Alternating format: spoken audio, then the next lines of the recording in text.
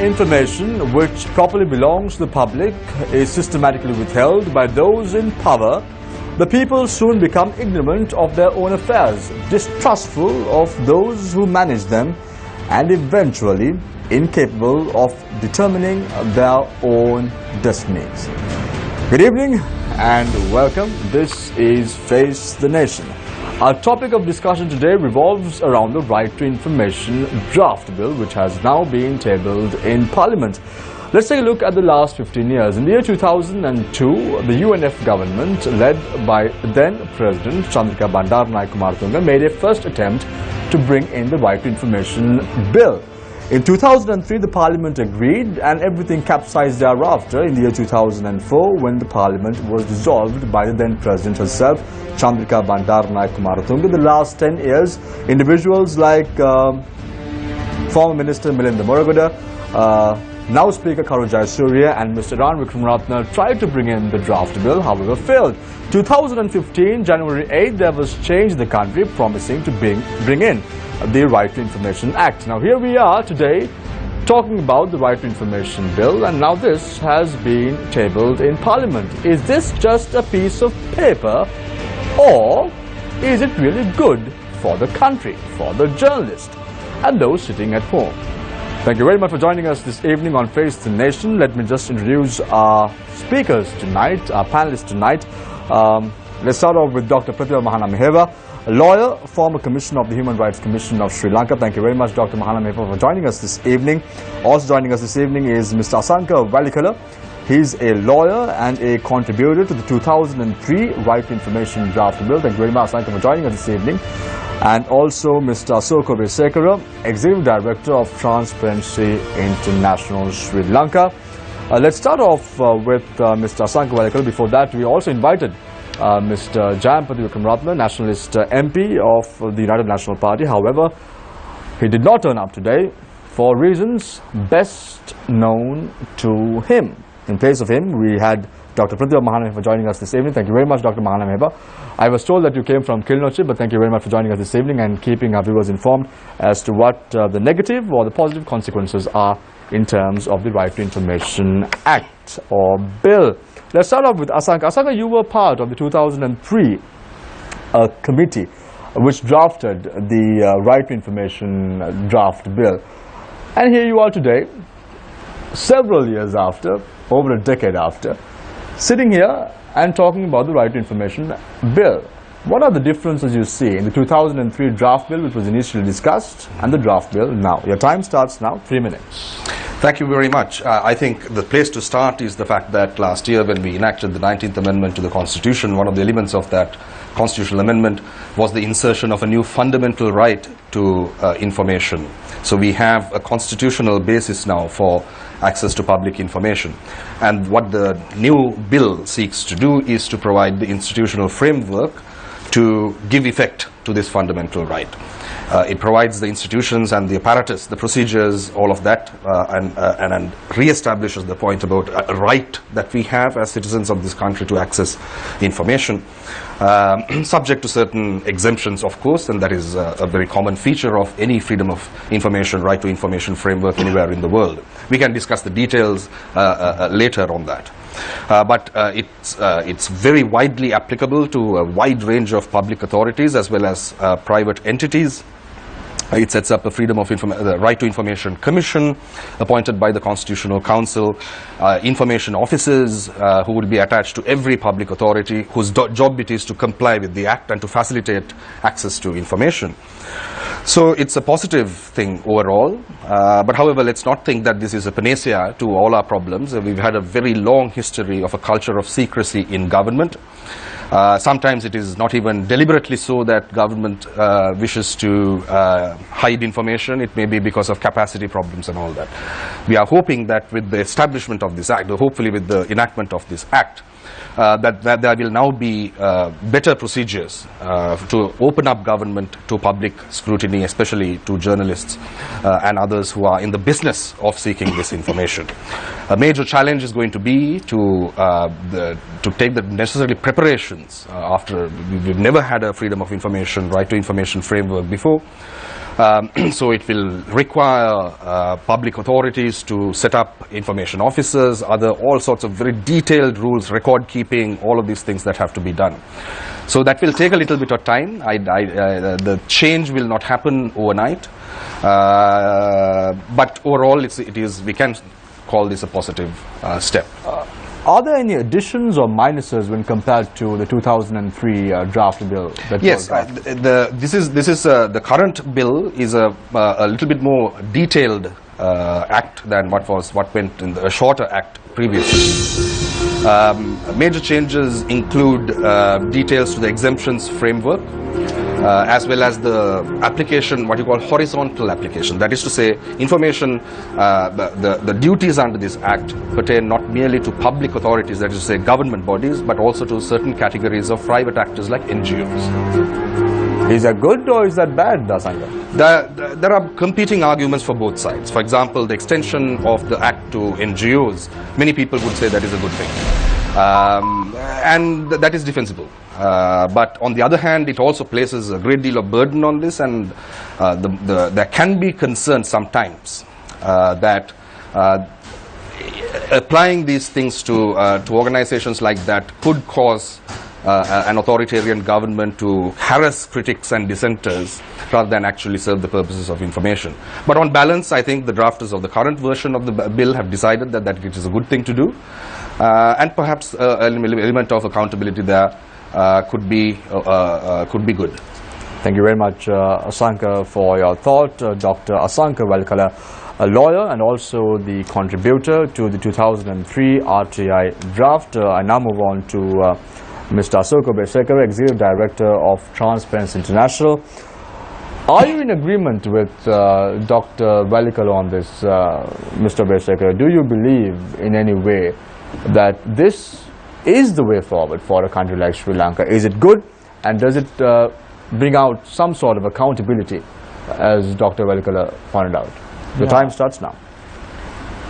Yeah, I mean, this has been going on for now 20 years. So I think the first Freedom of Information Bill was produced in 1996. So I mean, lots of these discussions have been had at different points in time. Mm-hmm. I think the one thing that we have to acknowledge right from the outset is that the standard response you get when you ask for any form of information now is, on what authority are you asking for that? I mean, what right do you have? Who are you to ask for that information? This act can really take that first step in changing that mindset. Now, this will not happen over time, and we'll probably go into the reasons why it won't happen immediately. And now, this act isn't a perfect act either. I mean, you know, TI has sort of produced with Verite Research a document which highlights 6 key areas in which this bill can be improved. But I would say that it definitely does still cross the thresholds required for its to justify its support. Some of those issues I can touch on at greater length, but I mean, at the moment, the status quo is denial. And for some time, that may still be the case. So I mean, in 2 years' time, we shouldn't expect information just to start flowing out of the state. I mean, ultimately, there is an ingrained mentality of non-disclosure. But it is important that if this bill does pass, it is important that information does start flowing slowly. Now, the issue is that lots of the press coverage has been around the areas in which information won't be disclosed, and where you can deny information. But the thing is that if you continuously deny information, there will be a serious blockage within this entire... However, you said, Mr. Besekara, that the bill is not perfect. Yeah. So there is ample reason for organizations like media organizations to worry, isn't it? Well, I mean, if I were to touch on the areas which aren't perfect, I mean, we're looking at, I mean, there are issues like the way in which information is disseminated. So I'll give an example. The bill does not mandate that everything is put online. it says wherever possible information will be published online. If information is proactively published but then left in the corner of an office somewhere, that is not ideal. That's an area of improvement. Another example is the whistleblower provisions. Now that's a big issue here, because if you look at many of the best practice bills, it allows for the fact that information can be disclosed if wrongdoing is seen by, let's say, a public officer. The issue in this bill, as it stands, is that a public officer can release that information, but they have to make the assessment as to whether that information could have anyway been requested. Now, you and I both know that no public official is ever going to unilaterally disclose information, even if there is purported wrongdoing, because they're never going to, they will be too nervous to ever calculate whether this information could have been accessed or not. So there are flaws within this bill. Thank you very much, Mr. Asok Abeysekar, Executive Director of Transparency International, Sri Lanka. I now move on to Dr. Pratibha Mahanamheva, a lawyer and a former Commissioner of the Human Rights Commission of Sri Lanka. Dr. Mahanamheva, is it good or is it just a piece of paper? Your time starts now.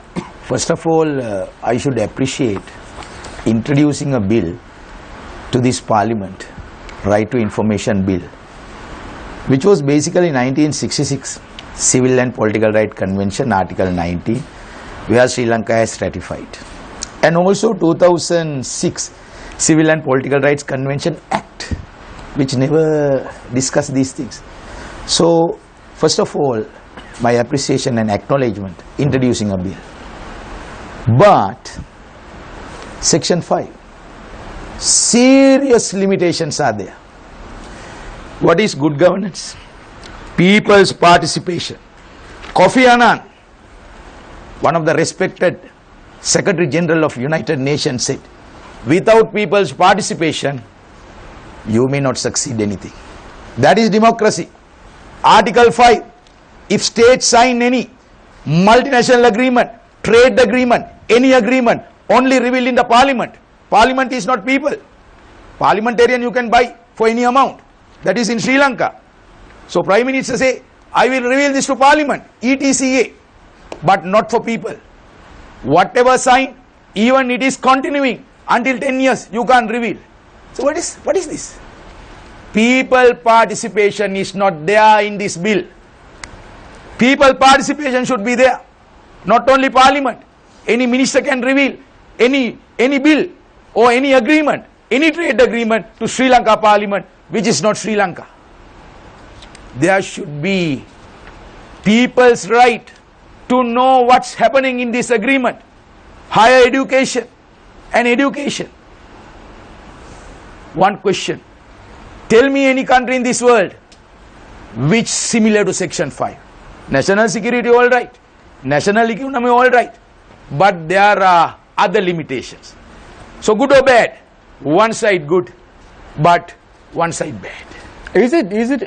Do we have any reason to worry when this bill is brought forward, Dr. Mahanamheva? Is there any reason to worry? Yeah, I have so many worries in Section 5 only.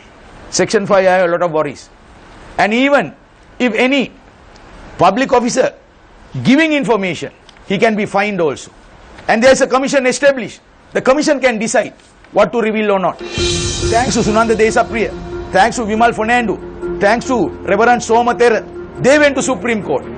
Honorable Acting Chief Justice Mark Fernando's judgments, please read before putting these bills to the Parliament. Supreme Court actually, more than 19th Amendment, more than Section 4, Article 14, expanded people's right to know. Later I'll discuss some Supreme Court cases in India and USA, how this right has been expanded. My only request, amend this Section 4 and come up with this act. And also, this has been Supreme Court determination now. Section 5. Section 5. I have serious doubt in Section 5. I should know what are the trade agreements signing. ETCA, as a professional, as a lawyer, I should ask, but they may not reveal to us, but only to the Parliament. But where people's sovereignty in the Parliament, but people should know what's happening Kofi Annan said good governance is people participation, which is not there in this bill. People's participation is not there in the bill. Is that the case? Let's speak to the three members who we have invited today, Mr.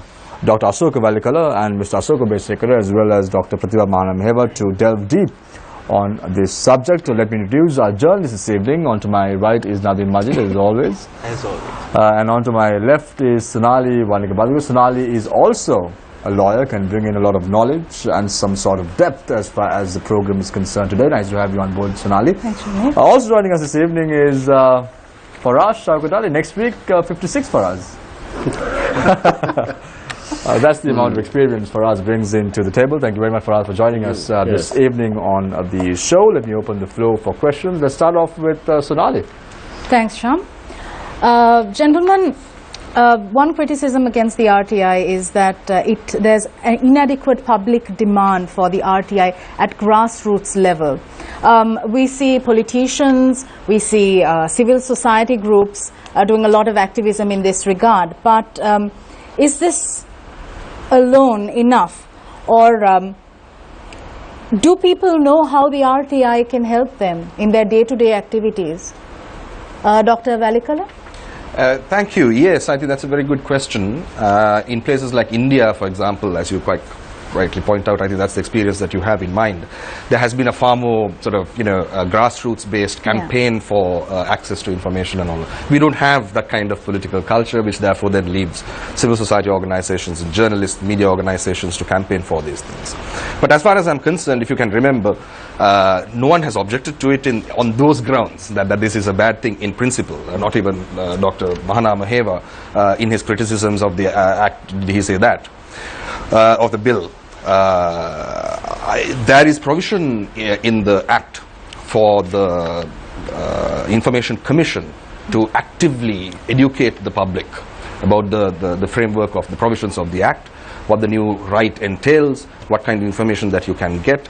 There is a set of provisions called what you call sua sponte provisions, that is to say that they have the public authorities, regardless of whether there is a request for specific kinds of information, have a duty to publish what they actually have, put that up in languages that ordinary people will understand in a non-technical kind of way, and hopefully over time then people will, I believe, be able to use this act. In the same way, I remember in 1978 when the 78 Constitution then introduced fundamental rights and introduced a procedure where people can go to the Supreme Court to actually enforce those rights. It took a while for people to get used to this new notion, but over time the fundamental rights jurisdiction has become extremely widely used. Dr. Valikala, where the citizenry has been able to use the RTI at a particular instance. Has there been an instance in which the citizenry, like individuals, can go to court based on the RTI? It certainly is. Sonali? What is the socio-economic role of the RTI as opposed to the political? For example, the common man would perceive that the RTI is used as, say, to uncover corruption. But then what is the socio-economic role of the RTI, Dr. Valikala, as you see it? And also I'd like Asoka, you also to contribute to it. Yeah, I'm not 100% sure I understand the question or even competent to answer that, but this is the way that I would see it. I certainly think that people would, even now, there's a point that was made with regard to the current negotiations around the ETCA, the trade agreement with India. These are all socio-economic issues that do with economic policy, to do with development, and very varying and controversial views about how the direction that we should be going. I would respectfully disagree with the points that were made with regard to Section 5. If there is time at some point, I should like to clarify some of them. You can highlight the areas. Yes, certainly. Well, Section 5, as far as the grounds are concerned, none of these things are some things that are unique to this bill. In virtually every freedom of information framework anywhere else in the world, you will find these things. Not particularly in the specific terms, perhaps, but certainly those heads. National security, the protection of privacy, the protection of medical records, the protection of trade negotiations, the most controversial provision being that. Negotiations. The first thing to say... I said not negotiation. Even WTO. There are several trade agreements. As a citizen, I should know what's happening. I am not talking about negotiation. I don't need anything in the negotiation. This act say until 10 years they are not revealing. Even if it is continuing, I can't ask anything. So what is the purpose? In all fairness, Dr. Velikala. Can I also just point out to subsection 4 of section 5. This is a very important thing. It's a very important principle that we had established from the 2004 Act onwards, and that is called the public interest override. Okay, so these exemptions are there, and generally speaking, some information will be protected under the exemptions, but there is a public interest override. That is to say, even exempted categories of information, if the public interest in disclosing outweighs the protection of that, then any of these things can be disclosed. Are you concerned about section 5? I am concerned about some details. Yes, I would say so. I think I so would you are in agreement with Dr. Mahanam? No, I'm not in agreement with all of what he said. There are certain elements that have been added. For example, there is an exemption category called the disclosure of information would infringe privileges of members of parliament. Now that is, for example, not something that is found in very many places. Dr. Velikala, in your opening statement you said in a country where accountability and corruption has been rampant, this bill is very welcoming. Can I ask one question? Yes. Can I know how many parliamentary members having bar license? Any civil society? Any civil society up to now, have they raised it? Even President, Honorable President has information, but not revealed. President should know how many bar license given in the parliamentary members, more than 54. Civil society silent. That's the issue. Soka, your organization advocates for transparency. Are you in agreement with your organization advocates for greater transparency? Are you in agreement with the points that Dr. Mahanamahiva is raising concerning Section 5, especially focusing on the entering into of overseas trade agreements? I mean, it is the idea of having an exceptions clause is standard. I mean, this is the Article 19. Yeah, we understand that, Russell. So I mean, so specifically with regard to the entering into of overseas trade agreements. Well, I think the entering into of trade agreements. I mean, if you speak to any trade economist, the one thing for a certainty is that they will say that when they are negotiating on behalf of the country, there are certain elements of their negotiation which. But sorry, they are revealing to Parliament. Yeah. My question is that not only Parliament. Yeah.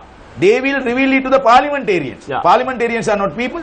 So my only worry, sorry, I am interrupting. No, you can I have a right to interrupt, right? You have a right to interrupt. These two are in one side, I am other side. But I am telling, parliamentarians, not people. That's why my argument, reveal to Parliament. Yeah. All in all, anything there has the public override. So I mean, the public override, Section 5.4, is a key point here, which a lot of the coverage has completely looked over. Now, for instance, if we look at the Divina editorial from from the 28th of March, I mean, what we're seeing there is that people are misinterpreting Section 5 and saying that actually what it's saying is that you can't publish. This is about restricting information. It is fundamentally incorrect. Okay, so I'll give you a hypothetical scenario. No, not hypothetical scenarios. It has to be a real life example or no. Possible real life example. Let's say the government is preparing to enter into a trade agreement with a foreign country. They're having consultative meetings with various stakeholders. Let's say, for example, the Ceylon Chamber of Commerce. Now we know that power is on the side of the man who has the information. So the government is coming into these consultative meetings with information on their side, with the Ceylon Chamber of Commerce uninformed about what the government's actual plans are. So the Chamber of Commerce has no access to the information that they require to make an informed consultation, because Section 5(1)(c) exempts such information from being divulged. Yeah. So, I mean, all I would say is that that's one side of the coin. The other side of the coin is that for the best interests of this country, at times, let's say, if you are entering into an international trade agreement with another country, if you go and if you can go and access all of the information underlying the negotiations which are taking place, that I would say is against the best interests of the country to make public all of our negotiating points. And I mean, any trade economist will agree on the same point. So I mean, these are very, very standard provisions which aren't sort of unique to Sri Lanka. I mean, we shouldn't think that these are individual things which are affecting us, I mean, that is what you find in RTI or Freedom of Information bills all over the place. So I mean, I think the focus on Section 5 has been completely misconstrued. And I'm not saying this in defense of the government. I'm just saying this because with knowledge of what other RTI bills look like and what other... However, you have 6 points. You just mentioned that you have 6 points that you presented to parliamentarians about the shortcomings of this bill. Yeah. I mean, this is the thing. I mean, if what I mean, I would be a fool if I said that something has to be 100%, I mean, before we pass it. There are small tweaks which I could always find in any RTI bill. And what we have done is, we have highlighted those 6 things. We've even highlighted the text, because we're conscious of the fact that in committee stage of Parliament, there is an opportunity. I mean, we always think that the committee stage of Parliament is where a bill will get watered down, but it's possible for a bill to even get strengthened there. So we've done that for that reason, but still, the bill as it stands, I mean, certainly warrants support. Dr. Velikala, getting back to one of my earlier questions, you said that in a country where accountability has come into question, where the country has been riddled with corruption over the years, Right to Information Act plays a huge role, and this particular bill is very, very welcoming. Again, seems to me what Dr. Mahanamyev is saying, that the bill is riddled with issues. Section 5 is a serious concern. And you represent the civil society. You work a lot with the CPA as well over the last few years. And you were saying that you are not concerned. I'm worried now. I'm not saying I'm concerned. I would like to reiterate the point that I made earlier, as well as what Asoka said. You will find exempted information always, right, in an RTI framework. That is an accepted principle of the design of RTI bills around the world. The issue is in the details. Right? There are some things that are unusual, which are clearly indefensible. As I said, you can't use parliamentary privilege as a basis for not disclosing information. Right? So those are things that can be improved, and I'm very critical of those things. Dr. Velikala, we need to a second. We go in for a short commercial break, and we'll be back just a few seconds. Anchopedia Pro with iron omega-3 prebiotics and other vital nutrients.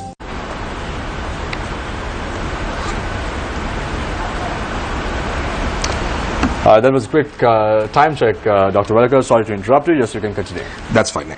So as I said, once again, one of the things that we have to understand, and this point cannot be overemphasized, and it is this. The exemptions, the Section 5 exemptions are not absolute. They can always be overridden. They can always be overridden. The Act provides for that to happen, where there is overriding public interest in disclosing this information that is otherwise generally exempt. You can always have that. We spoke of a commission. Who appoints the members to this The Constitutional Council appoints the members of the commission. Won't their decision be subjective? Well, we hope not. They are supposed to behave in an objective way. There are guidelines in the Act about how they can exercise their discretion. And hopefully there are people of distinguished and senior standing who will be appointed, who will be able to proactively promote the objectives of the Act rather than frustrate its purpose. And I am hopeful that the very powerful role given to that commission will be a huge positive The point factor. raised by Dr. Mahanamyev, can I know as an individual how many members of Parliament have bar licenses? Yes. You could? Yes. Dr. Mahanamyev, your question was dismissed. Still not revealed. So now we have under this Act, we will have a procedure as well as a right in order to make this revelation Political possible. intention. That is the You strength need of the quick power. point. You need quick power. My only argument is this. Now, I'll put in simple version. She has a very good question. Can common man understand this bill? Any bill common man cannot understand. Even lawyers cannot understand. I'll show you 2006 Act number 19 Electronic Transaction Act. One sentence goes to this much. One sentence. Read section 15 of ET. No one can understand. I have a fundamentally more positive view of Sri Lankans' general civic education and an ability to understand the basic principles underlying the fact that they now have a right to access information and that they will be able to use that. But the majority of the people do not understand. You have to give, yes. I mean, that there is a responsibility also, even amongst civil society organizations like our own, to ensure that the final act is properly disseminated. So, I mean, if a concern is about entrance into school and finding out why your child was not allowed into given entrance into a particular school, it has to be made. I mean, it hasn't been disseminated in that fashion. But with that final act, it is essential that that does happen. So it is true that there has been no grassroots movement for the RTI Act. And actually the understanding of how that power will work is still not understood, and it hasn't been mainstreamed, but that is a responsibility that the government and other civil society organizations, and the commission, civil society and the commission. So civil society with the government? Civil society with the government? No. Why not? What have you all done, Asoka? So, I mean, our focus... You brought in a very good point. You said the grassroots needs to know, and organizations like yours should do more. What have you all done? I mean, what we have done thus far is try to improve this bill. And if as Sonali has seen, I think, a document where you can see where our recommendations I understand what you're saying. I understand what you're saying. But on the legislative side, we have improved it. Now, finally, the act will be in, after it is enacted. There's 6 months for the entire rollout of the RTI infrastructure across the state. So we then have our work cut out to ensure that the public know how to use it. So mustn't the people know now what this act is all about, or bill is all about? Well, I mean, it would be good if everyone knows now, but at the moment we as an advocacy organization are trying to push to ensure that this act actually comes into being without going that one step further. Arguably, maybe we should do, but certainly going forward, if this act is in place, we will disseminate how this act empowers people. After the act is passed, you will go to the public and say, look here, this is what has been passed. I mean, it's not only our duty. I mean, it's the government's duty as well. But I mean, at this very moment in time, it is fair to say that people don't know exactly how this act will necessarily work for them. But it is important that organizations like my own do take some responsibility in ensuring that that does happen. So maybe if the act does pass and a few months later, if I don't have an answer for you, I should... we'll definitely meet up and then discuss about it. People are really worried trying to feed oneself. People are really worried about food, not RTI Act. The thing is, people are worried about their children are getting into schools. 2,500 in this private sector, but still not paid. Those are the real issues. But these are pledges that were made by the Maithripala Sirisena government before in 2015. They said the RTI will be introduced, the Audit Act will be introduced. And these were pledges that were made, and they have a mandate to implement. That's very positive, Dr. Valikar and Dr. Asoka. I agree, totally agree. But one hand given, one hand taken. More than given, more than taken. That is the only worry. Thank you very much. We really look after the Supreme Court cases. You are not talking about that. You talk about Attorney General, Vimal Fernand was the Attorney General, and Sunanda Desapriya case. And also, I'll give a list of cases. My real worry, whether they have gone through these Supreme Court determination judgments before introducing this bill. That's the only thing. That's the only thing. Section 5 really against with that. Was the civil society consulted by the present regime when drafting the new bill? I mean, the bill, civil society, gave feedback, and the bill was certainly strengthened based on the initial draft. Thank you very much, Mr. Besekar, for your thoughts. We are in conversation with three gentlemen. Dr. Asanka Valikala, Mr. Asoka Besekar, as well as Dr. Pratibha Mahanameheva on the Right to Information bill that has been tabled in Parliament. We're going for a short commercial break. When we come back, it's the third round. Stay connected, stay with Face the Nation.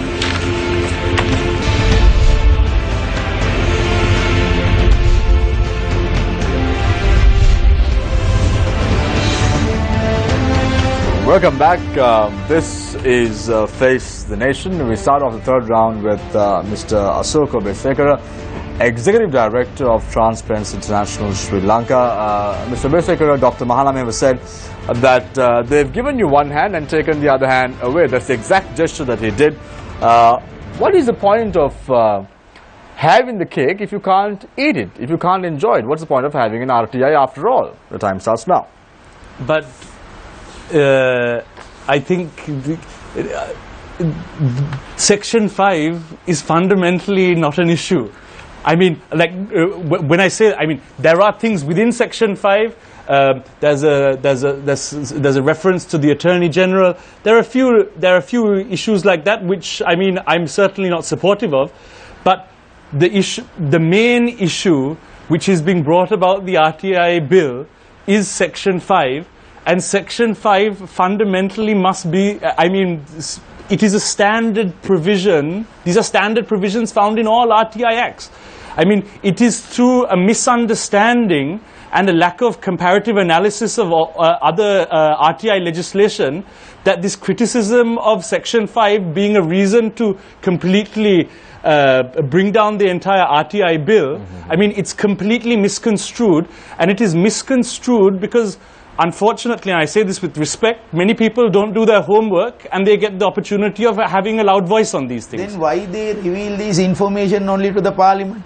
Dr. Mana, your time will come. We'll listen to Mr. Besekar. Yes. Yeah. So that's. I mean, there's not much more to say on Section 5. I mean, and 5(4) public interest override will ensure that you know, there is a safety valve there.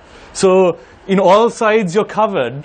So I mean, this is these aren't really contentious areas in that regard. I mean, these are very standard areas. But it is of concern to you. You said that, again, I bring out the point that you mentioned in your earlier answer, saying that there are 6 areas in which you are really worried. Can you just elaborate a little bit about that? Sure. So, I mean, on one area, whistleblowing. In a nutshell, what it means there is that wrongdoing and encouraging a public official to highlight wrongdoing within the state, this bill doesn't champion that. And lots of other RTI bills do that. Now, that is one provision. That is a provision which I think is important. Do I feel that that should sink the entire bill? No, I don't. I mean, it's something that I'm advocating for, and we have written to all 225 MPs about it. But I do not think that that is a reason for the bill not to pass. Similarly, there are another 4 or 5 areas as well. But I mean, they aren't in and of themselves reasons for the bill to collapse. There are matters regarding certain offences, and one problem that does lie in this RTI bill is that many of the offences have to be heard in front of the magistrates' court. That's an issue, but I mean, it's not. Once again, it's not worthy of bringing the entire bill down for it. Thank you very much, Mr. Besekara, for your thoughts. Before moving on to Dr. Asanka Valikala, I'm going to give 30 seconds for Dr. Pratibha Mahanameheva to respond if you have any issues with regard to what Mr. Besekara pointed out. Are there any issues? I have only one issue. Honorable Prime Minister said, I will reveal ETCA agreement, Parliament, before signing it. Then what is the purpose not revealing to people? That's the only thing I hear. Thank you very much, Dr. Mahanameheva, for your thoughts. We, of course, will extensively talk to you when your time is up. Because we have Dr. Valikala and Mr. Besekar bearing the same way, which is only fair, we give some sort of opportunity to Dr. Mahanameheva as well to express his opinion. A bit of extra time, gentlemen. We now move on to Dr. Asanka Valikala, who is a lawyer, a contributor to the 2003 RTI draft bill.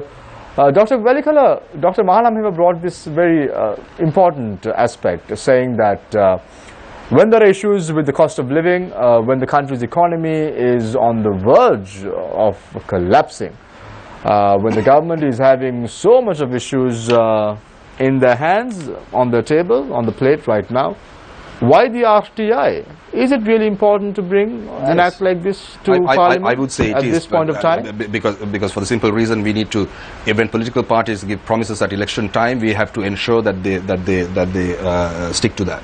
That has been done twice in the 2015 elections. Candidate Maithripala Sirisena did that in his 100-day program promise. Then the parties that won the parliamentary election did that. It is absolutely only right that they should do that. The second point is I don't myself see this distinction, making a big thing about development and matters of livelihood and food and things like that on the one hand, and democratic rights on the other, as being two separate things. I think the two go very much hand in hand, and the improvement of the frameworks for democracy and for participation by people, and this is a direct and very significant measure that we are taking to improve our framework for citizens' participation in government by accessing information. And by accessing information, what you do is force government to be more accountable. All these things are directly relevant to the way that the governments make decisions on all those other matters like development and how people are fed and clothed. So there is, for me, this is not a question of saying we must think about those things first, and these things are not priorities. Dr. Velikala, allegations have been leveled at the present regime, saying that they are trying to fulfill the aspirations of the international community. RTI on the same direction? I wouldn't say so. I wouldn't say so at all. They have, as I said, I mean, in the both manifestos of the parties and individuals who won the last year's elections promised this. It is not about the international. Improving the quality of our democracy and increasing the range of rights that our citizens have is not about the international community. It is fundamentally about Sri Lanka and Sri Lankans.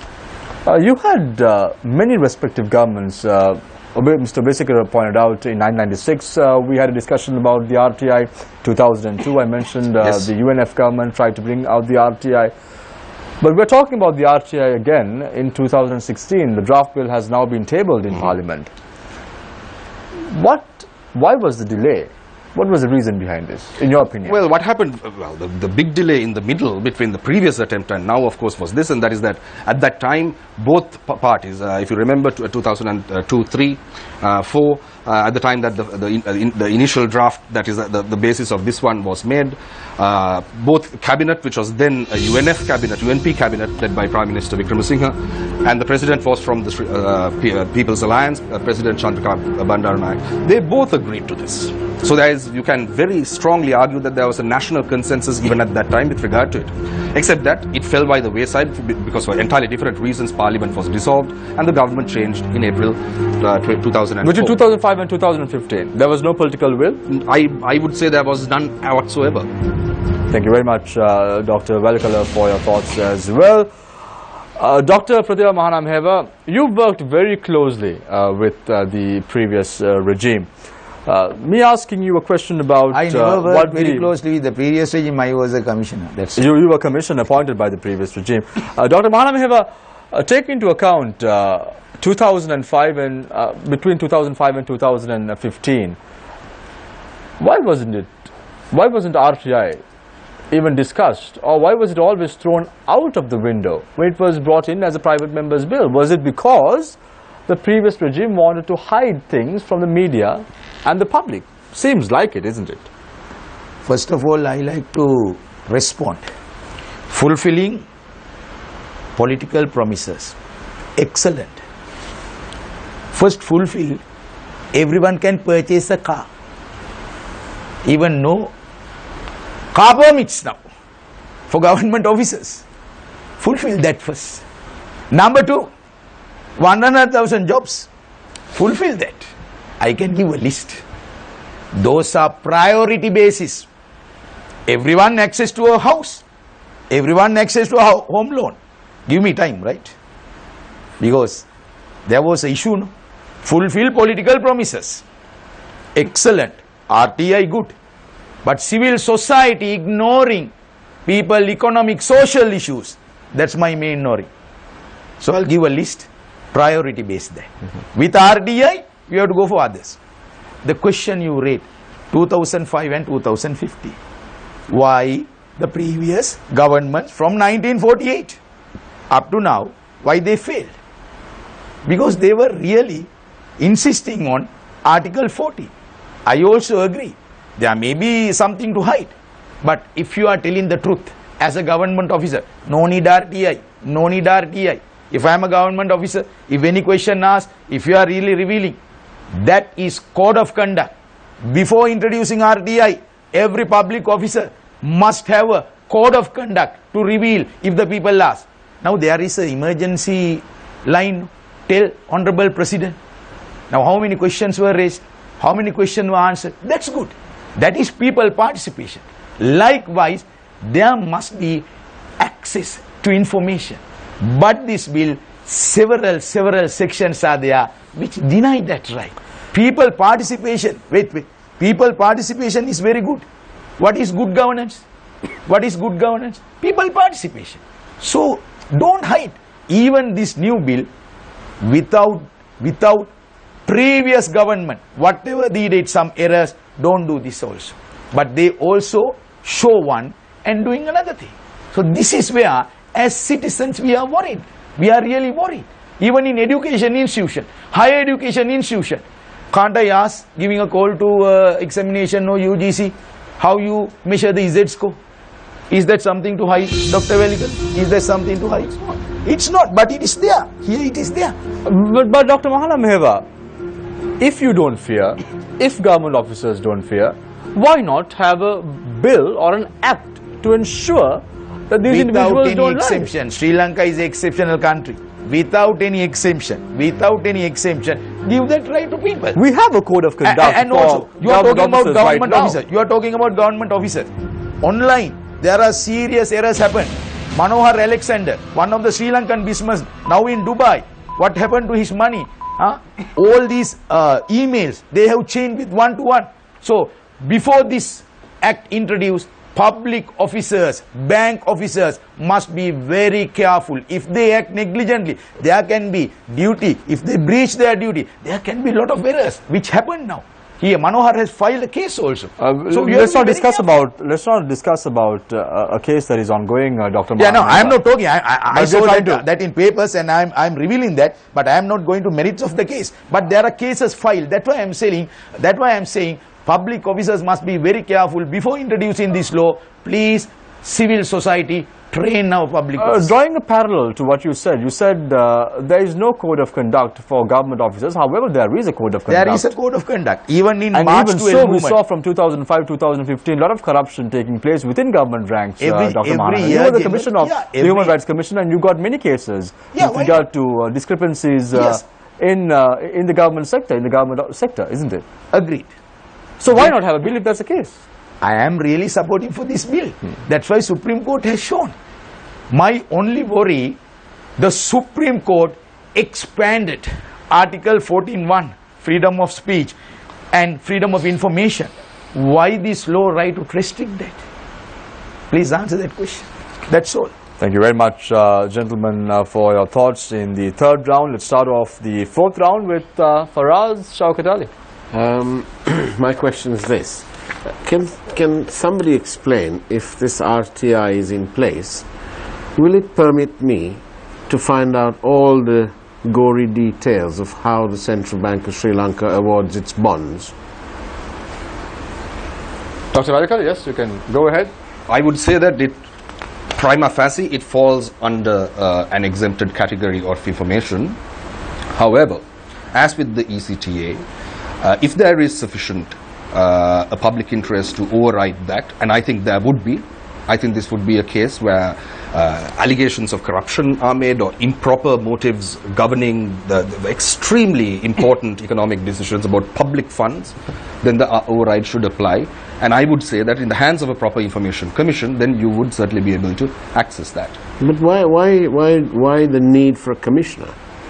Why should we go via anybody else? Why can't the members of the public petition directly whichever government department it is, and get the They information do. that they The need. Commission is there to facilitate that even further.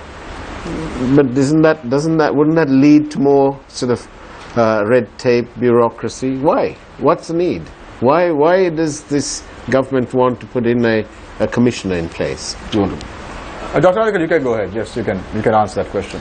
Well, I would argue that the point and purpose of the Commission, once again an institution that is found in very many other... It's a bit like, you know, I'm drawing a parallel to that because at the moment with the FCID, there are allegations or there are claims that complaints are not handled directly by them. It has to go to some other committee, and that committee will then forward these matters for investigation. Why should there be some sort of no, but for us, the laundry for it? The right is available to any citizen. You directly do that. It is in the absence, and there are public information officers within the institutions that you will be dealing with that who are responsible under the Act to provide you with that information. It is when you don't get what you want that you have to have an institution that is the champion of the Act, and that is the role. So the establishment of an information commission is not the addition of a further layer of red tape. It is in fact for the contrary purpose of cutting through all of that. I have one comment to your point. Sri Lanka, we don't have a Data Protection Act. We are talking about information officers. Many countries, they have a Data Protection Act. Data Protection Act, privacy officers are also there. If you are appointing information officers, on the other hand, you must have a privacy officer. In United Kingdom, Data Protection Commissioner is the information officer. So parallelly, you must have protection of data. That is where we must be very concerned. Today, the biggest business is selling data, online, offline. So we must have another law of Data Protection Act, where business, many European Union countries, we are invited to come and invest. But they say, where is your Data Protection Act? So we are missing business. Rather than right to information bill, we must introduce the Data Protection Act because we are missing many business from European Union. Now, I have a wider question, and it's actually for all of you, gentlemen. News First, in the last several weeks, we did a program, Gammadda, door to door, and we traversed through all these, the rural parts of Sri Lanka, and we uncovered all sorts of poverty and suffering and hardship. How much of this RTI is needed? Is that more important than solving the problems of the people of rural Sri Lanka, what I call the forgotten people of Sri Lanka? I mean, I don't think they're mutually exclusive. I mean, what you're saying is certainly very important, and this bill, I mean, passing this bill over the next month and a half or so isn't being done at the expense of solving other problems in the country. Oh, it is. But no, it really isn't. It really is not. Because all the efforts. And then the thing is that under this bill, further information. I mean, there may be, if it's about the expenditure of money in fixing the roads in a particular area, I mean, those things can be queried. All I'm saying is that it's not mutually exclusive, so I'm not sure whether the question is valid. I mean... it's very valid. There are people out there who are suffering. They don't give two hoots about the RTI or constitutional amendments. They want their water, they want their electricity, they want their homes, they want schools, they want hospitals, they want doctors. Absolutely, and let's say on hospitals. Let's say on having a dialysis machine. Why is there no dialysis machine in a particular district? I mean, there are a plethora of questions that can be asked using the right to information. Now, all I'm saying is that the passing of the bill and there being a second reading over a day and passing the act is not being done at the expense of of people's day-to-day problems being solved. Dr. Valikar, I have a question for you regarding the practicalities. You talked about the commissioners of the Right to Information Commission that will be appointed when this bill is enacted in Parliament, after the bill is enacted in Parliament. Take a look at the criteria for the commissioners to be appointed. Having distinguished themselves in public life with proven knowledge, experience and eminence in fields of law, governance, public administration, social services, journalism, science and technology or management, and are not members of parliament, any provincial council, local authority, no public or judicial office, no affiliations to any political party, and not pursuing any profession. Where are you going to find these people in Sri Lanka? You will have to ask that from the Constitutional Council. I think it's. I don't think it would have been necessary to have so high a set of restrictions. Although I do think that it would have been. It's good to exclude people who are holding elected office or judicial office, for example, and have some general criteria here in the Act, so that the Constitutional Council has a slightly bigger. But usually, when you find criteria that is this specific. Doesn't it indicate that maybe decisions have already been made regarding who should be there? I'm not sure, and I think that's certainly a valid question to ask. It because in my mind as well. You've really made the pool indeed, very small. No, exactly. I mean, it's unusually restrictive. But I wouldn't be able to obviously answer. Asoka, your thoughts on the criteria for the commissioners? I mean, I think it's. Too specific. It is specific, but I mean, it does ensure. I mean, what it's trying to ensure, on my reading of it, is that the appropriate people are nominated. I mean, I would like to think that experience and eminence in fields of law, governance, public administration, social services, journalism, science, technology, or management. I would like to think that there are eminent people in those areas. Eminent people in those areas who do not hold any public or judicial office, that's also fine, but who are not pursuing a profession, who I don't have the gazetted bill with me, but there's more criteria there. The thinking behind that particular provision is to ensure that these are people who are probably retired. And the rationale for this very high bar seems to be to ensure that these people are of such eminence and seniority that they would be able to exercise their powers within the commission in a way that they are absolutely impartial. Unusual, and not restrictive, Dr. Valikal. Seems like what Dr. Mahanam said was right. The civil society is with the government. I'm not. What is that question? I mean, the question is very simple. You are saying unusual, restrictive. No, can you I are saying very unusual, restrictive. My question to you is: do you think that the civil society is with the government? In principle, as I said from the very beginning, given our topic, the Right to Information Act, in principle, we support that as civil society. We have campaigned for that for decades, absolutely. There are things that we are critical of. We would like improved, all of that, but we certainly don't accept that those shortcomings of the current bill are enough to invalidate the entire exercise. We hope that these improvements would be made. There is a further step. Once it goes to Parliament, there is always the opportunity to make those improvements. We hope those improvements will be made. So to that extent, we are critically supportive of any government, whether the present one or any other, who would do this. Has that been the case between 2005 and 2015? Has that been the case between 2005 and 2015? We have consistently maintained that bringing freedom of information legislation is something that a government of Sri Lanka should do, and we have addressed that point to successive governments for decades. Dr. Mahanama, Mr. Obesekara and Dr. Asanka have raised the point that true, there are some shortcomings, but that does not warrant tanking the Right to Information Bill. The Right to Information Bill, the free flow of information is the oxygen of democracy. You need an informed citizenry to make informed decisions. So my question to you is this. We've seen political leaders toy with this idea for a very long time. It was promised in even the Mahinda Chintanes of President Mahinda Rajapaksa, both in 2005 and in 2010. Commitments were made to freedom of information.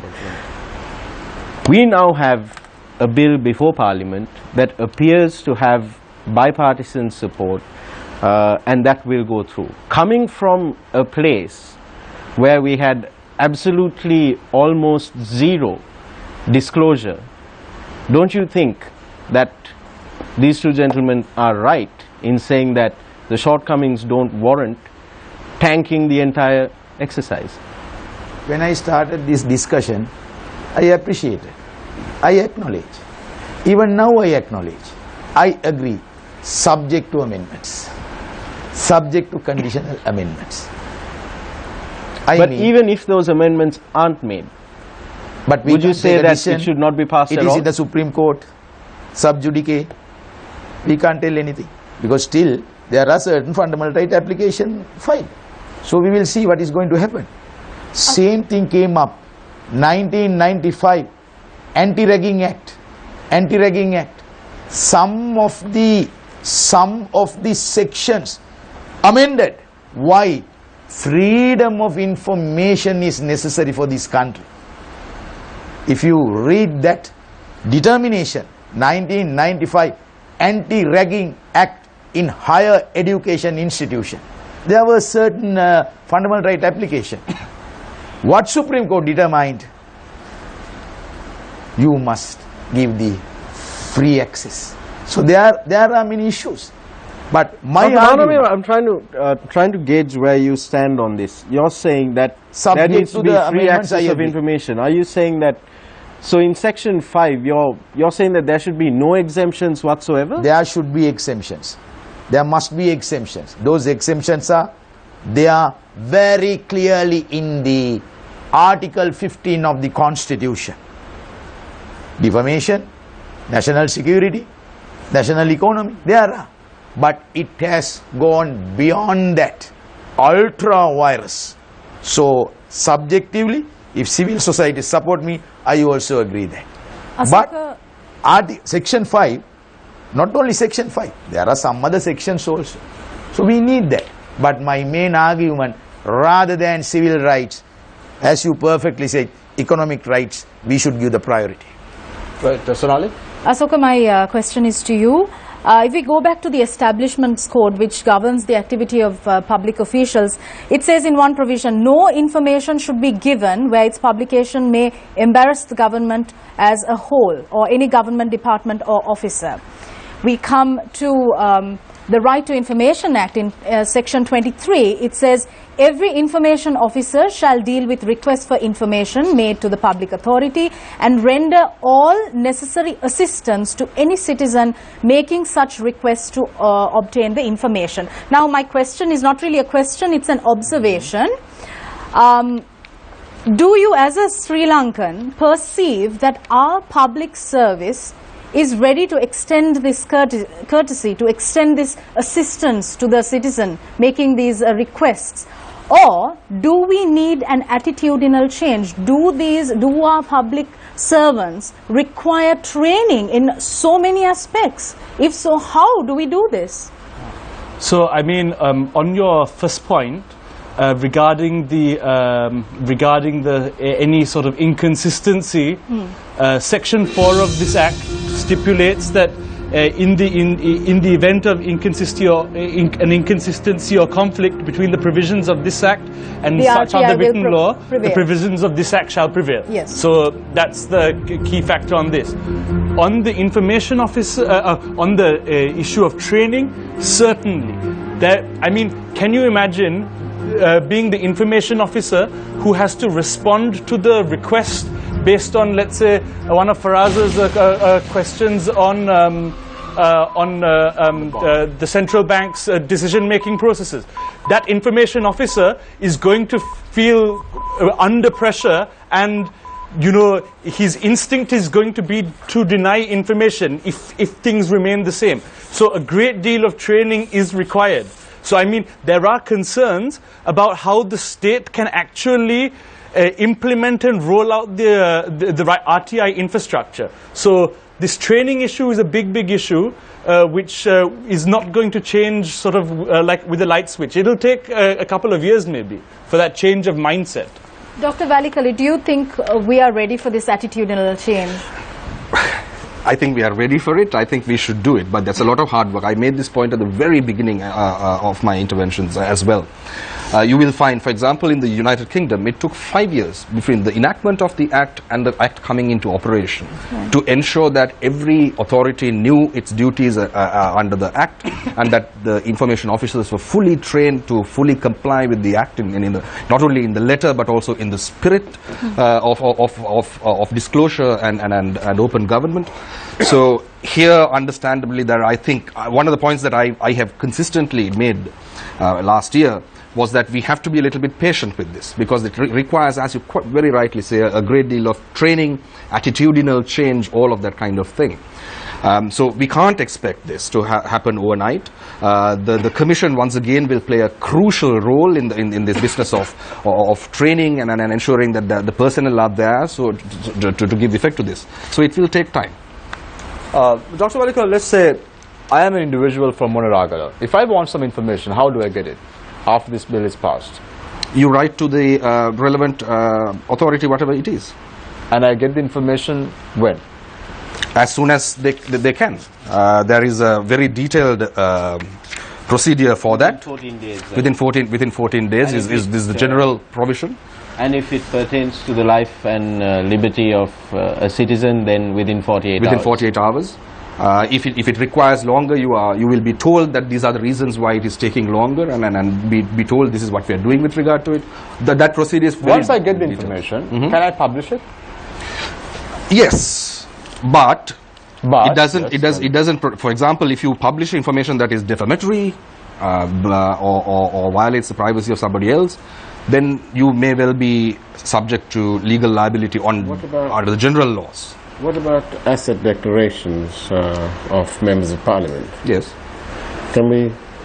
That is already there under a different law. Yes, but we can't publish it. Yeah, indeed. Yeah. So, I mean, on the point on asset declarations, you can't publish an asset declaration at the moment which is requested under Section 5.3 of the Declaration of Assets and Liabilities Act. Yeah. But here you will not be requesting for that information under that Act. Mm-hmm. Therefore, all of the sort of archaic secrecy provisions there will not apply. I see. On this issue of publication, I mean, Section 36 sort of quite clearly also states that, I mean, information, it is not intended to prevent or discourage information holders from publishing or giving access to information that they have requested. So, I mean, the Act is sort of, being people from the media, I mean, if you all request information, I mean, the initial draft did try to disincentivize the publication of information, and that was one of the initial draft of 2003. No,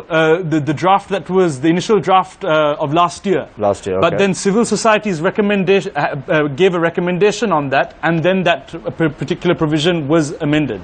So, I mean, there's been progress. Very simply, Mr. Besekara, can this bill, which will be enacted into an act in the coming few days or weeks or even probably months, can we practice this? Can we use this as a precedent and move forward? Can that be done?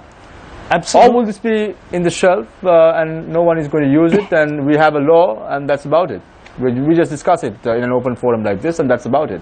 No, absolutely. I mean, this can certainly be used, but I wouldn't I don't want to think that the day after, 6 months after the Act, the entire country changes. I mean, it will take time. Rules will need to be laid out as to how, because all of this legislation doesn't capture all of the nitty-gritty rules. The rules will even have to evolve based on the lessons learned on how information is accessed and everything else. So, I mean, it is not something that will change the entire country in 6 months, but it is definitely a progression. And and I just want to reiterate this point, the main criticism of this bill is something which is founded because of a lack of knowledge of the right to information and the comparative right to information bills and freedom of information bills found elsewhere. So that is the core. That's the core thing to take home. That the key criticisms are unfounded. So, as a professional, if I want to know about EDCA or ETCA, yeah, I can obtain information about it. Well, you can certainly request that information, and then if in the event that it is denied because it is something that is being negotiated at the moment, maybe you may argue that the public interest override should apply. After I get the information, can I go to court against it? Yes. Yeah. I would say yes. Yes. What is the point in getting that information if you all you do is have that in front of you in a file? I mean, you have to be able to act on it. Why is the Prime Minister then saying that he's anyway going to go ahead with EDCA no matter what happens, when there is provision for the people to use that information and probably go to court? Why is he being so autocratic at the moment, Dr. Valikara? You have a lot of experience. Now you're teaching in Scotland. You were on and off to Sri Lanka to do some work with the CPA. How do you view this? I'm not sure I can answer for the Prime Minister. You certainly can't answer for the Prime Minister, but you can tell me as to how autocratic the statement is. Once again, I mean, I don't know what the Prime Minister's thinking on this is. I can't answer for him. I'm not here to do that. But certainly, looking at the controversy that the ETCA has generated in this country, there is a lot of professional organizations, opposition political parties, they have very serious concerns about this. I would venture to argue that it may well fall within one of the exemptions that is being much criticized, but nonetheless I think given the controversy that it has generated, that the public interest override will apply. So consequently, the Prime Minister, as far as I know, has said that he will present it to Parliament before signature, and there's nothing to stop that. But if we have this act, then we will have a further avenue by which to access that information and potentially even challenge it. Don't professionals have a right to know what these negotiations are? Now, as I said, trade negotiations are a very commonly established ground of exemptions in Freedom of Information Acts all across the world. There are sensitivities around it. It's always not a question. Given the history with the country concerned, don't professionals have a right to know? We've seen the manner in which how things have progressed since 1987 with regard to this country in concern, that is India, interfering in many of Sri Lankan affairs. Don't the professionals have a right to know about these negotiations before signing it?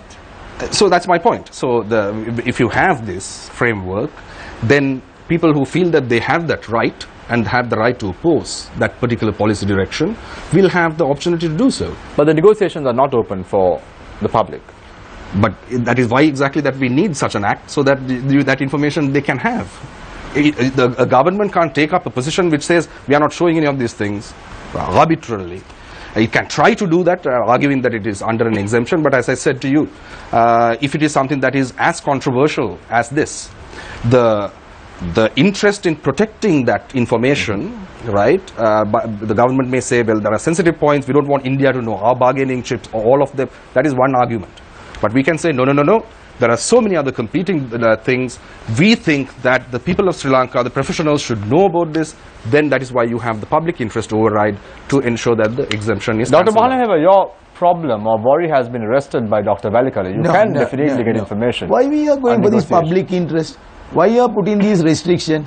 It's a joke. It's a nonsense. Basically, you can't say, one person can say people misunderstood it, but I can say other side also. Now basically what they say, restrictions are there. You can override these restrictions by public interest. But these difficulties, why you are putting many difficulties? Wait, this is my time. Why these difficulties? Common man should know this law. These intellectuals are talking, go with restrictions. Will the simple man will understand? Are we making laws for the high class, elite class, or for general public? No general public. You put the restrictions, thereafter, no, there is something called public interest. But this nonsense. Everything public interest. Everything public interest. Wait, I'll answer this question, right? Give me time. You obviously both of you talk so much. You can have your time. Sure. That's the right information for me, right? Now the issue we is definitely will protect your right here. 1978 Constitution. Article 4D. What is Article 4D? Every public officer has a duty to protect human rights. to promote human rights, to respect human rights. From 1978 to 2016, has it happened? Have we made a culture? Have we made anything progress? No. Same thing will happen to this act also. These are only black and white letters. There is a commission. Finally, the commission will decide whether it is public interest or not. Who will go to courts? You have money. Siripal having money. Sirisena having money in Ambalantota. No. These are all nonsense. Make something for the public. Civil society always making for the elite class. That is not the issue. Right? I was thinking their argument. You can make a law, superior law for the West, for the USA, for another country. This is Sri Lanka. Basically, you go with democratic rights. That is not the issue. People living in this country having a very low margin. Go to other societies and see. That's why make it easy rather than going for public interest. You restrict? No. It override public interest. Then you ask the question, you go to courts. To go to courts, how much you have to pay for a president council in Sri Lanka? How much they earn? Huh? They suck the blood of the people. That's the thing having in this country. Find out lawyers. Make it very simple. My argument is that. Why can't you make it very simple and talking with these public interests? Make it simple and make it for the public. Dr. Valikala, isn't it so? Once again, let me also I reiterate a point that I made at the very beginning. I have a much more optimistic view of our people's ability to, our ordinary people's ability to understand what is in their interest and what a right is. I reject the notion that these are things that they are uninterested in. That they can't understand it, so let's not have any of these things because Dr. Mahadeva's point is not having it, but making it simple. Can you understand Electronic Transaction Act Section 50? Please tell me. Dr. Mahanadeva, let's give Dr. Valikala the chance. What Dr. Mahanadeva pointed out was the fact that he is acknowledging the fact that the Right to Information Bill is now being tabled in Parliament. However, make it very simple. That's his argument here, Dr. Valikala. Why not make it simple? You see, there is a very solid argument, obviously, to be made about simplicity, right? I don't think this act is a particularly complicated one. I think if you expect everybody to read a piece of statutory drafting, then obviously it becomes problematic because not everyone is a trained lawyer to do that. That's fine. But we can very clearly explain this. This is the right, this is the way that you exercise it, this is how you go and access the information. If you are denied that, this is what you can do. All of that, that must be done. And in my response to Sonali also, as I said, one dimension of it was obviously the training of these people. The public information officers are there not to defend the public authorities against the citizens, but to ensure ensure public access to information. They can explain this act, and they have that role. The Commission has that role. We need to ensure that people know in very simple terms, this is what is there, and those are things that are provided for. And once that is done, as I said, I drew an analogy at the very beginning about the introduction of the fundamental rights jurisdiction in the 78 Constitution. For a few years, people were unfamiliar with this new thing. But over time, it became something that is one of the most popular jurisdictions of the Supreme Court, and people fully understand that now. Okay, so that's an analogy. Just like that, I think it would be very possible in this case as well that people would start beginning to use that. And this is not about elitists sitting in Colombo 7 trying to exercise freedom of information by themselves. It is about poor farmers. About Asoka used the point about it says that no dialysis machine in a plural hospital. Why is that? If there are allegations of supplies of rice being stocked in various places and prices being fixed and that kind of thing that is generally reported. This is the kind of framework that facilitates our access and the farmers' access to that kind of information so that you can do something about it. But Dr. Valikala, Dr. Manameva raised a concern about, given the severity of socio-economic inequalities in our country, is it realistic to expect that the poor farmer will be submitting requests for information to various doesn't a farmer go to a kachari even now, right, and ask for things, or to a Gramaliladari and ask for things only to be denied? But you have to give a bribe. These are the things that are going to be facilitated by this. The public authorities like Gramanalaris or in the GS office will not be able to, send them away with nothing once this is there. Do you believe that right to if you give bribe, if you give 100 rupees, that's a really damn telling. We are working in grassroots level. You don't need a freedom of information bill. Give 200 rupees, everything will be given. So that's the policy that we should adopt. I am not telling that, but you have to make it very simple. The very simple thing I am telling, right? You have to eliminate that. Sibok is there, right? I am not telling that, but really we have freedom to of information is one of the key ways, right? Throwing light on secretive cultures of government is one of the ways of combating corruption and bribery. The media, Dr. Valikara, right now there is no rule or regulation or law that says that the media has to disclose the source. Through the act in question, does not apply. That is a very important, obviously, that's an exemption, right? You wouldn't think that that's a legitimate thing, but we defend that as a very legitimate thing because it is needed for the broader good of the independence and the impartiality of the media. Information, the RTI, does that ensure? It does not affect. Well, thank you very much, gentlemen, for your thoughts on 4 rounds. We're now going for the 4th round. The RTI is now has been tabled now in Parliament. It is up for debate even at the SC tomorrow. We don't want to make a pronouncement or make any suggestions to it, but we're just trying to open a public discourse about it to see where we can improve and move forward as far as the RTI is concerned. We take a short break, and when we come back, it's the final round.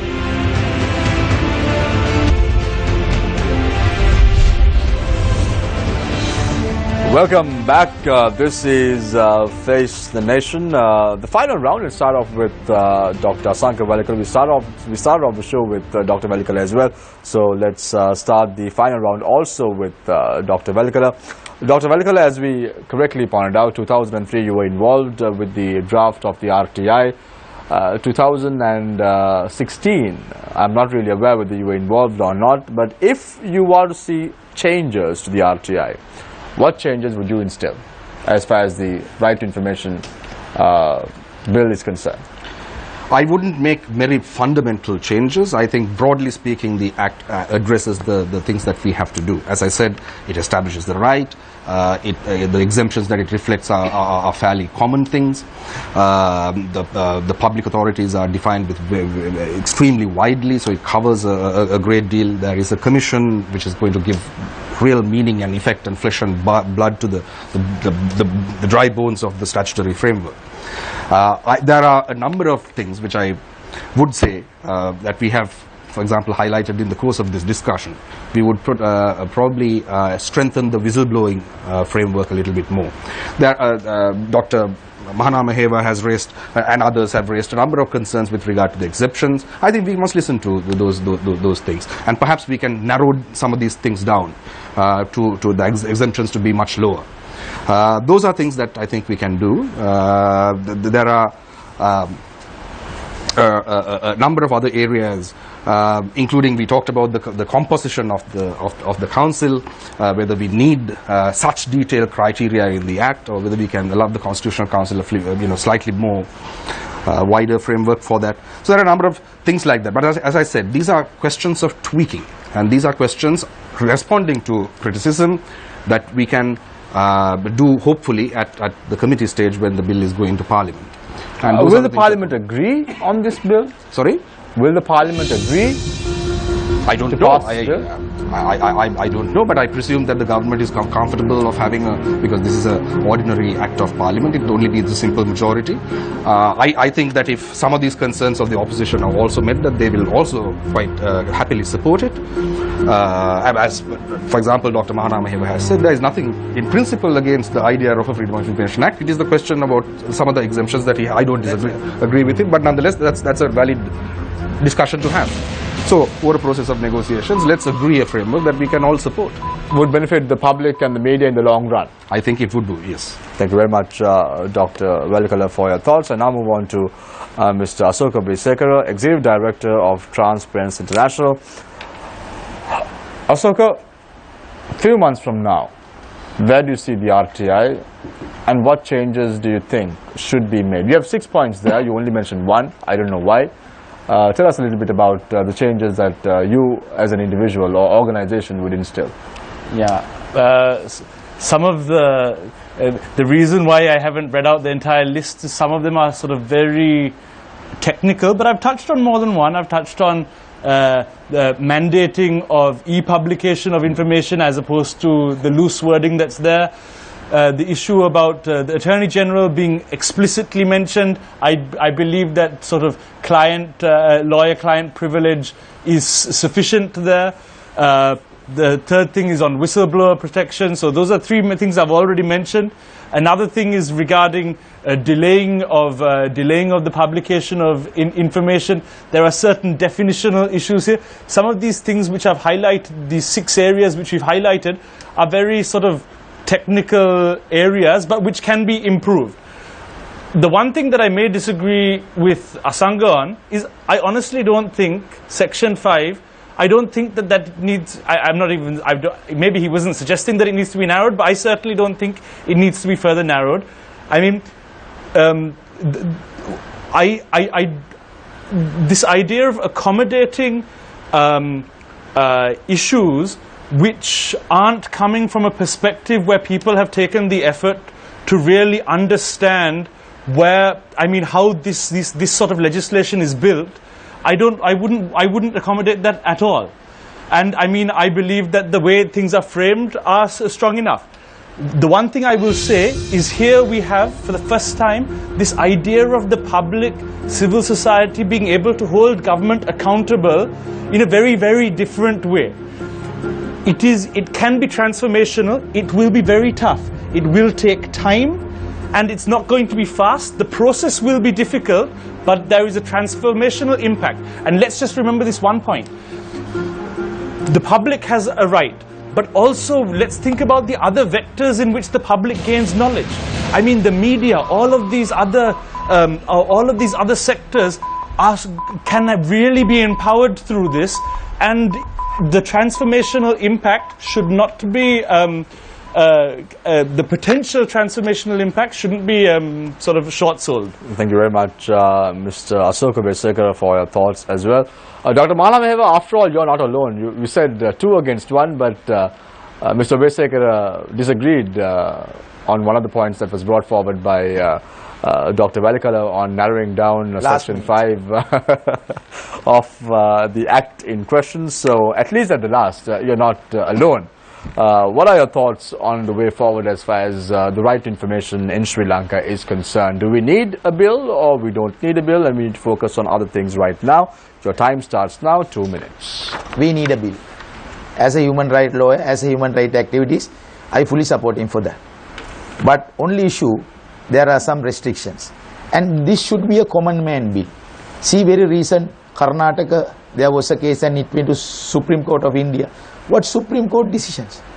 Without any restriction, national security and other issues, you must give the freedom of information and also education institution. But this bill will not support for that. And USA, there was judgment, privacy or information. What Supreme Court of USA said? Information bill, even Facebook, there are a lot of information given. So today the trend in the world, rather than privacy, information is very much valid in Sweden and other countries. So we will get that example and accommodate, as he perfectly said, we agree for that. Nothing to worry about it. But the only issue, don't make it so restricted one. Make it very simple one, where common people can understand, and common people without any legal expenses, where they can get the information. My last point is this. Sri Lanka 2003 Consumer Affairs Authority is there. Under that there is a Consumer Affairs Council. How many people send postcards? How many people send letters? How many people are sending against these inferior quality goods? No, that culture is not there. So Dr. Asanga, Dr. Asoka, the main issue, we have to make a culture whether even people for their food, which are very inferior quality, they are not making application and get their interest. So that culture we have to develop. We are supporting for this. Thank you very much, Dr. Pratibha Mahanamheva, for your thoughts as well. Again, I want to thank you personally for being here today. It was a last-minute inclusion. We were to see the participation of Dr. Jayampati Vikramatha today.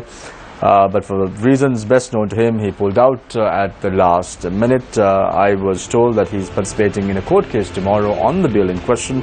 However, I strongly believe that Dr. Vikramatha should have informed the organizers or the producers beforehand if he's to withdraw or pull out from the show early. Thank you very much, Dr. Mahanamheva, for joining us this evening. Thank you very much, Asanka Velikala, Dr. Asanka Velikala, a lawyer who's also the contributor to the 2003 RTI draft, for joining us this evening. Nice to have you on the show, by the way, Dr. Velikala, and looking forward to seeing you in the future if you are in Sri Lanka and not in Scotland this time around. And also, Mr. Asoka Vesekar, thank you very much for joining us this evening. You've been featured on the show before as well.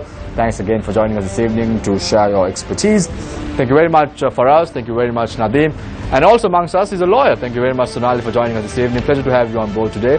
And thank you again for bringing out your expertise on the bill in question. I gave Sonali the green light today. If I make a mistake, she can interrupt as far as the show is concerned, but she did not. Thank you very much again, Sonali, for doing so. So I leave you tonight with a quote, as I always do. Information about the package is as important as the package itself. The package is your public money. You at home have the right to know where the money is being spent and who is spending it, whether they're spending it wisely or not. It's your money. Don't forget. Thank you very much again for joining us. Take care and good night. Next week, same time, same place. For us turns 56 next week. Until such time, thank you very much again. Take care and good night.